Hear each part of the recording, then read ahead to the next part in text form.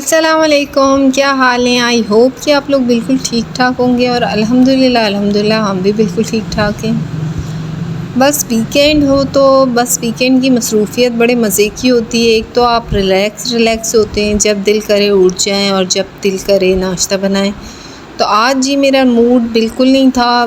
बस मैंने कहा नहीं, आज तो भाई हम जो है बाहर का नाश्ता करेंगे और नाश्ता भी बिल्कुल लाइट सा करना था, कोई ख़ास नहीं, बस हल्का फुल्का सा।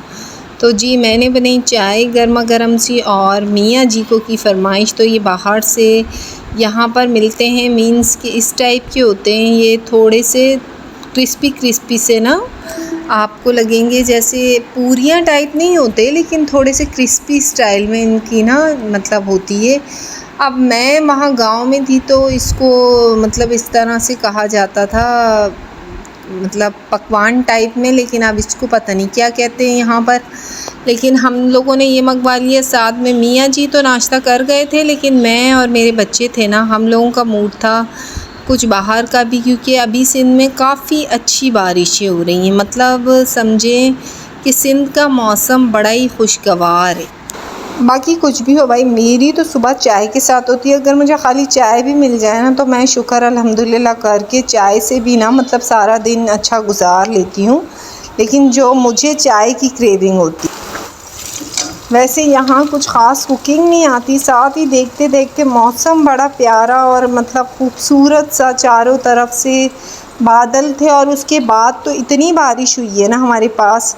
अच्छा, थोड़ी थोड़ी बारिश स्टार्ट थी लेकिन बूंदाबांदी थी, कुछ ऐसे नहीं कह सकती कि प्रॉपरली बहुत ज़्यादा हुई, लेकिन वो जो थी ना मतलब शाम में बहुत ज़्यादा थी। और आज कुछ गेस्ट भी आने थे और वीकेंड था तो बच्चों के जो थे कोर्स वगैरह आ गए थे। मैंने कहा पहले मैं इनकी कॉपीज़ को कवर कर लूँ। अच्छा, मेरे बच्चे तो साल में 2 दफ़ा मुझसे कवर करवाते हैं, लेकिन कुछ बच्चे अच्छे होते हैं। लेकिन इनके जो है ना कोर्स आजकल इतने ज़्यादा हो गए हैं, बैग कितने भी बड़े ले लेना उसमें ऊपर नीचे डिस्टर्ब माहौल में ना सारी कॉपीज़ के कवर वो हो जाते हैं। अच्छा, मुझे ये बड़ा ही औखा काम लगता है। जब हम लोग छोटे थे तो एक कवर फिर दूसरा कवर, अब ये आसान है कि सिर्फ एक प्लास्टिक कवर करना होता है, ज़्यादा कुछ नहीं होता। लेकिन ये भी जी अब हम लोगों से नहीं होता। अब जितनी चीज़ों की आसानियाँ हो गई हैं ना, लेकिन हमारी कहते हैं ना कि जिस्मानी क़ुव्वत इतनी कम हो गई है कि हमसे वो आसानियों में भी कहते हैं कि काम बिल्कुल नहीं होता। लेकिन ये सालार ने बड़ी मतलब मुझ पर सख्ती की थी कि मम्मा नहीं, छुट्टी है तो ये सारे काम होने चाहिए।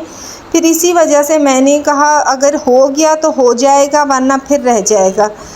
अल्लाह अल्लाह करके मैंने सारे जो है ना कवर्स कॉपियों पर किए। और उसके बाद जी मियाँ जी बस आज की नॉर्मल सब्ज़ी वगैरह ले आए थे। मैंने कहा इनको भी मैं फ्रिज में अच्छे से रख दूं। और आज मेरी जो थी सिस्टर इन लॉ वो भी जा रही थी वापस, तो मैंने उनको भी इनवाइट कर दिया। मैंने कहा कि आप शाम को चाय पर ज़रूर मेरे पास आइएगा। अच्छा, मैं समझती हूँ रिश्तों में जो है ना मिलना मिलाना ज़रूर होना चाहिए। अगर आप मिलते नहीं हैं, आप टाइम नहीं देते, तो अक्सर जो है ना रिश्ते बेमायने से हो जाते हैं। तो अपने रिश्तों को हमेशा टाइम दें।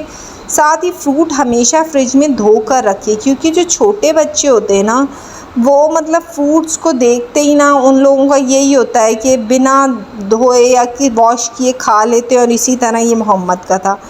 ये मतलब शाम में मैंने उन्हें इनवाइट किया था, तो मैंने कहा अब जो मेरे घर में चीज़ें थी मैंने कहा उनको मैं मैनेज करूं, मतलब अच्छा सा सारा मतलब चाय का बैठने का करूं, क्योंकि अफराद ज़्यादा थे और जगह अभी मेरे पास कम है। मतलब मेरे पास ये जो है ना अभी सोफ़ा सेट मुझे लगता है मेरे टीवी लॉन्च पे सूट नहीं कर रहा, मतलब इससे ज़्यादा सीटर होने चाहिए। तो इंशाल्लाह नेक्स्ट मैं आगे चल के उस पर भी थोड़ी सी करूँगी। लेकिन अभी कहते हैं ना कि इंसान जो आता है वो आपकी जो है उन चीज़ों से मुतासिर होता है जो आप उनके साथ बिहेवियर रखते हैं, जो आप उनको चीज़ें सर्व करते हैं, वो आपका तरीक़ा और सलीक़ा। औरत हमेशा अपने तरीक़े और सलीक़े से पहचानी जाती है ना। आप ये नहीं कह सकते कि हर आपके पास हर हाई फाई चीज़ होगी तो ही आप सबसे बेहतरीन इंसान हैं। बेहतरीन तो वो है जो आपके पास है, उसमें आप हर चीज़ को अच्छे से प्रेजेंट करके दिखाना, और चीज़ें जो आप सर्व करें वो साफ़ सुथरी हों, हर चीज़ क्लीन हो, अच्छा, मैं तो इन चीज़ों से बड़ी इम्प्रेस होती हूँ और मुझे लगता है कि हर जो भी गेस्ट आते हैं वो भी इन चीज़ों से बड़े मुतासिर होते हैं।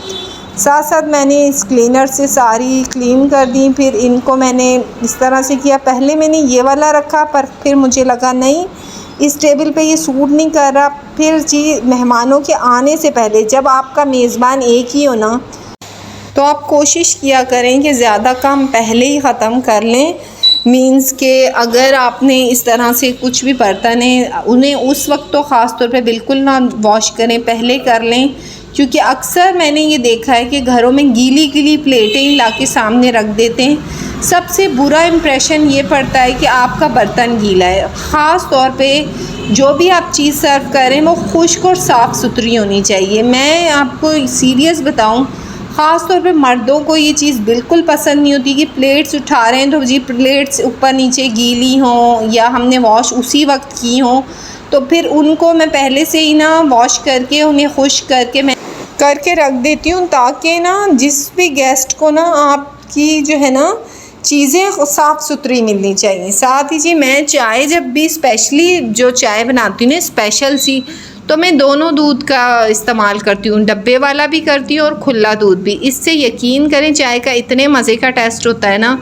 साथ ही जी मैंने चाय भी रख दी थी। मैंने कहा चाय मेरी कंप्लीट हो, बाकी जो रिफ़्रेशमेंट जितनी भी थी वो मैंने बाहर से मंगाई थी। सारे बेकरी आइटम्स थे, क्योंकि बच्चों के स्कूल स्टार्ट हो गए तो उस तरह से मुझे टाइम नहीं मिलता कि मैं मतलब घर में चीज़ें बनाऊँ। हाँ, अगर मुझे पता होता तो मैं शायद टाइम निकाल लेती, लेकिन आज मैंने कहा जी हमारा भी मूड हो रहा है। फिर ये मैंने छोटी सी सिंपल सी डेकोरेशन की साइड टेबल्स बीच में रख दी ताकि मेहमानों को परेशानी ना हो जो जिस तरफ से खाए। जी हमारे मेहमान आ चुके थे, साथ ही बड़ा अच्छा इस दफ़ा टाइम गुजरा।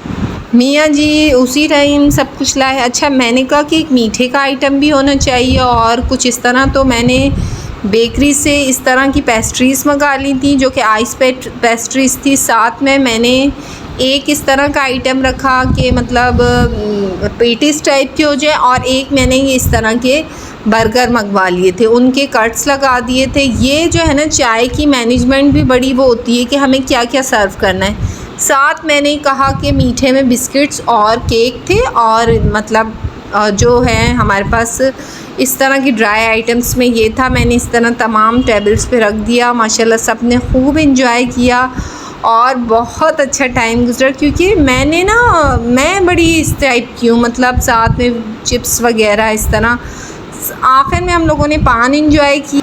उसके बाद जी मेहमानों की हुई वापसी, और मेहमानों की वापसी के बाद जी हम लोगों ने अपना किचन संभाला, क्योंकि आप क्या पेट भले भरा हो लेकिन मियाँ जी जो होते हैं ना वो उनके लिए आपको हर चीज़ करनी पड़ती है। तो मैंने कहा चलें जी आज मैं बनाती हूँ भिंडी गोश्त, मतलब सब्ज़ी भी हो जाएगी और चिकन भी हो जाएगा। और साथ में जी इसको मैंने सिंपल से थोड़ा बड़े पीसीस थे मैंने कट्स लगा दिए। बिल्कुल आसान है। जब आपको लगे कि आपने कुछ नहीं बनाना और औखा सा मतलब टाइम भी कम है, तो आप ये चीज़ें बना लें, कट्स लगा लें। कट्स लगाने के बाद मैंने इस पर एक नींबू भी मतलब थोड़ा सा डाल दिया। अच्छा, इसका फ्लेवर जो टेस्ट होता है वो भरी हुई भिंडी का भी आता है और गोश्त का जो इस तरह से होता है। साथ में मैंने कुटी हुई लाल मिर्ची डाल दी, लेमन से सारा इस पे लगा दिया। थोड़ा सा हस्बे ज़रूरत मैंने नमक लगा दी। सिर्फ ये दो चीज़ें मैंने इसको लगानी थी। उसके बाद जी मैंने पैन रख दिया था, और अब मैंने सिंपल सा जो था इसकी सारी जो चीज़ें थी पहले मैं फ्राई कर लेती हूँ और फिर मैं मसाला बना के डालती हूँ। तो ये बहुत सिंपल होता है। अक्सर हमारी भिंडियाँ जो हैं जब फ्राई हम कुछ भी बनाते हैं वो टूट फूट जाती हैं, इससे आपकी भिंडी टूटेगी नहीं और वो खिली खिली निखरी निखरी सी बनेगी। साथ पहले मैंने चिकन को थोड़ा सा फ्राई कर लिया और इसी तरह मैं बस इसको फ्राई कर रही थी, और साथ ही इसी में ही मैं ना कटी हुई भिंडी डाल दूँगी। तो इस तरह से ना थोड़ा सा कहते हैं ना कि रेसिपीज़ को आगे पीछे कर लेते हैं तो उसके टेस्ट भी चेंज हो जाता है, शक्ल भी चेंज हो जाती है। बस काम वो होता है कि आपको थोड़ी सी टेक्निक्स चलानी पड़ती हैं। कुकिंग जो है ना वो महारत का काम है। अच्छा, मेरी एक व्लॉग मतलब मैंने शेयर किया था मिनी व्लॉग, उसमें मेरी एक सिस्टर ने मुझे कहा कि मुझे कुकिंग सीखनी चाहिए। हकीकत कहूँ तो ज़िंदगी के हर हिस्से में ही हमें सीखना चाहिए। हम सीखने के लिए ही दुनिया में आए हैं और मैं तो अभी कहती हूँ ना कि मैंने ज़िंदगी से इतना कुछ सीखा है, और मैं वाहिद बंदी हूँ जिसको मैं हमेशा मानती भी हूँ। और मैं कहती हूँ ना कि ज़िंदगी में आप जितना चलते रहते हैं आप बुढ़ापे तक सीखते हैं, आप अपने साथ जुड़े लोगों से सीखते हैं। तो आई होप कि मैं इंशाल्लाह कोशिश करूँगी। साथ ही जी दूसरी तरफ मैंने प्याज ब्राउन किया, इस तरह से मैंने जो है लहसुन को कट्स लगा दिए थे ताकि हमें खिली खिली हुई हर चीज़ मिले। अच्छा, मुझे कभी भी भिंडी गोश्त में भिंडी अगर टूट जाए ना तो वो ऐसे लगता है सारा हलवा सा सामने ला के रख दिया हो। थोड़ा सा उस तरफ मैंने उसमें मसाला भूना, एक छोटा टमाटर डाला, तमाम जो है मैं इसके अंदर मसाले डालूँगी, नमक, लाल मिर्च, धनिया पाउडर कुटा हुआ मैं ज़्यादा डालूँगी, साथ में लाल मिर्ची पाउडर, साथ में जी मैं इसमें थोड़ा सा तिक्का मसाला भी डालूँगी कि अक्सर जो है ना हम भिंडी का जो मसाला होता है ना वो रेड कलर नहीं देता। तिक्का मसाला जो होता है ना वो आपकी चिकन को भी रेड कलर दे देता है, और आपकी जो है ना इस तरह से पहले मैं चिकन को डालूँगी और फिर उसे वहाँ थोड़ा सा हल्का सा ब्राउन करूँगी, क्योंकि वो पहले ही ऑलरेडी उसमें अच्छे से मतलब समझ लें ब्राउन भी हो गया था और साथ में काफ़ी हद तक गल भी गया था। तो इस तरह यहाँ भूनने के बाद लास्ट में जी भिंडी आप इस तरह निकालें, और भिंडी पे ज़्यादा तशद्दुद ना करें, हल्का फुल्का सा आपने उधर करना है, उसकी लेस भी सारी निकल जाती है। इस तरह बस इसमें सिंपल सी भिंडी डाल देनी है।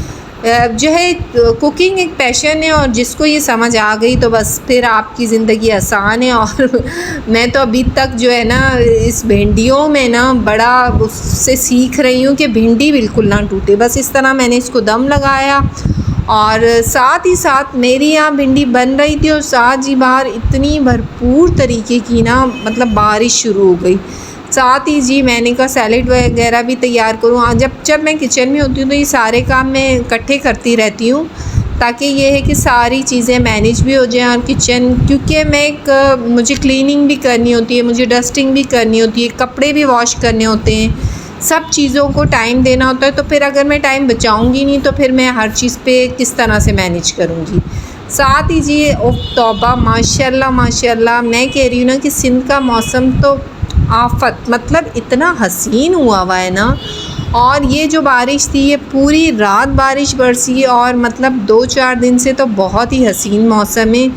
और अगर आप लोगों को ब्लॉग अच्छा लगे तो लाइक एंड सब्सक्राइब कर दिया करें। आप दुआ में याद करें, माशाल्लाह अल्लाह की रहमत जब भी बरसती है उसका शुक्र करें, और ये दुआ साथ में करते रहें कि ये रहमत हमेशा रहमत ही रहे। साथ ही जी बारिश जो थी फुल टाइम अंदर आ रही थी, मैंने इस तरह से ग्रिल वगैरह खोल दी थी, लोग भी बड़ा एंजॉय कर रहे थे। हमारे पास बहुत कम बारिशें हुई हैं सिंध में, लेकिन जो भी हुई हैं बहुत खूबसूरत हुई हैं। अपना बहुत सारा ख्याल रखिएगा, मिलते हैं नेक्स्ट व्लॉग में।